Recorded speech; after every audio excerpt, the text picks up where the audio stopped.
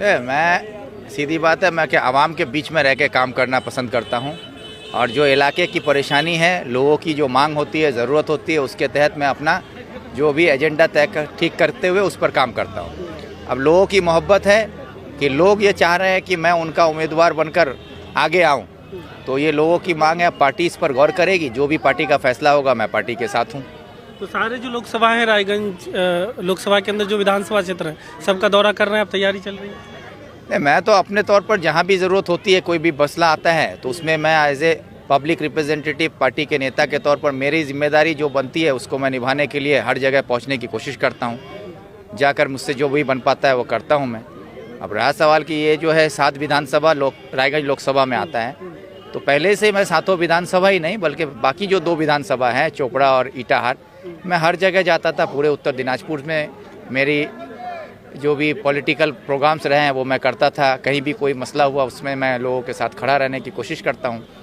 तो अब ये लोगों में एक चर्चा है कि लोकसभा के लिए लोग मांग कर रहे हैं कि एक अपने इलाके का एक उम्मीदवार हम लोगों को मिले। अब इस पर पार्टी फैसला करेगी, जो भी पार्टी का फैसला होगा उसको हम लोग सब तस्लीम करेंगे। टीएमसी और लेफ्ट से गठबंधन लग रहा है इस इलाके में, मुमकिन हो पाएगा?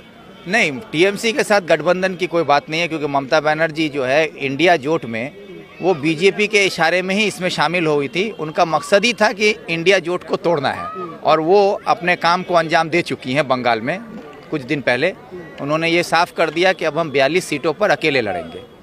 और ये जो है बंगाल में ममता और दिल्ली में मोदी, ये दोनों एक ही सिक्के के 2 पहलू हैं।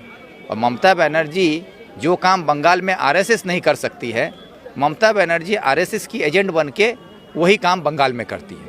और अभी तो हम लोग ये भी देख रहे हैं कि 22 जनवरी को राम मंदिर का उद्घाटन करके ये नारा दिया गया कि राम को लाया जा रहा है, लेकिन राम को लाने के बाद भी बीजेपी का मकसद पूरा नहीं होगा शायद, इसलिए अब बिहार में आपके पलटू राम जी को भी लाया गया है। तो अब राम से काम नहीं चला, इसलिए पलटू राम को लेकर आया है। लेकिन देश के अवाम, बिहार की अवाम ये जान चुकी है कि राम और पलटू राम को लेकर देश में जो धर्म और नफरत की सियासत कर रही है, इसके खिलाफ पूरा देश अब इकट्ठा हो रहा है। राहुल गांधी के साथ इस न्याय यात्रा में जो लाखों लोगों का समर्थन मिल रहा है हर स्टेट में, इससे ये साबित हो रहा है कि अवाम नफरत की राजनीति से अपने आप को बाहर निकालकर मोहब्बत का पैगाम जो राहुल गांधी दे रहे हैं उसके साथ कदम से कदम मिलाकर देश में मोहब्बत, अमन और चैन चाहता है। आपकी जो टॉप लीडरशिप है वो भी अब भी उम्मीद लगाया है कि टीएमसी से गठबंधन हो सकता है, लेकिन आप सीधा इनकार कर रहे हैं कि मुमकिन ही नहीं है। इसलिए मुमकिन नहीं है कि ममता बनर्जी ने तो खुद ये बात साफ कर दी कि वो बंगाल में 42 लोकसभा सीट है और 42 लोकसभा सीट में वो अकेली लड़ेंगी। तो गठबंधन का मतलब क्या है कि गठबंधन होगा तो सीट शेयरिंग होगी। जब ममता बनर्जी खुद कह रही हैं कि हम 42 में 42 सीट पे अकेले ही लड़ेंगे, तो गठबंधन का कोई सवाल ही पैदा नहीं होता है। और गठबंधन वो कर भी नहीं सकती हैं, क्योंकि उनके सर पर जो ईडी, सीबीआई, जो शारदा नारदा का जो है बंगाल में जो लूट मचा रखा है, उसका जो तलवार उनके सर पर लटक रहा है, वो तलवार बीजेपी के हाथ में है।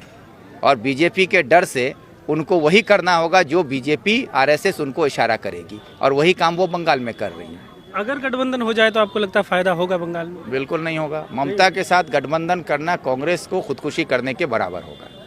ये है, एकदम बिल्कुल क्लियर कर दिया। लेफ्ट के साथ गठबंधन? लेफ्ट के साथ है, क्योंकि लेफ्ट भी आवाम के बीच में है और वाम कांग्रेस का जोट अगर होता है तो बंगाल में आवाम आज परेशान है बीजेपी से और परेशान है ममता बनर्जी से। तो तृणमूल और बीजेपी ये दोनों से ही लोग बदजन होकर आज दूसरा रास्ता इख्तियार कर रहे हैं, इसलिए आज लोग कांग्रेस की तरफ आ रहे हैं। बंगाल में हर रोज़ हज़ारों लोगों की तादाद में कांग्रेस में शामिल हो रहे हैं। लेफ्ट और कांग्रेस का अगर गठबंधन होता है तो ये बंगाल में एक नए सुबह का शुरुआत होगा। जिस तरीके से पूरे बंगाल में आप लोगों का एक भी विधायक नहीं है, ऐसे में लोकसभा चुनाव में अकेले लड़के कितना कामयाब हो पाएंगे आप? देखिए, चुनाव में लड़कर हमारे पास क्या होगा, ये विधानसभा में कितनी सीटें हैं उससे कोई फ़र्क नहीं पड़ता है। आवाम के अंदर अगर सोचने की तब्दीली आ जाए, जो कल तक आवाम सोचती थी, आज आवाम उस तरह नहीं सोच रही। बंगाल में माइनॉरिटी को एक हथियार के तौर पर ममता बनर्जी इस्तेमाल करती हैं, और ये माइनॉरिटी वोट बैंक को बीजेपी के नाम से डराया जाता है बंगाल में।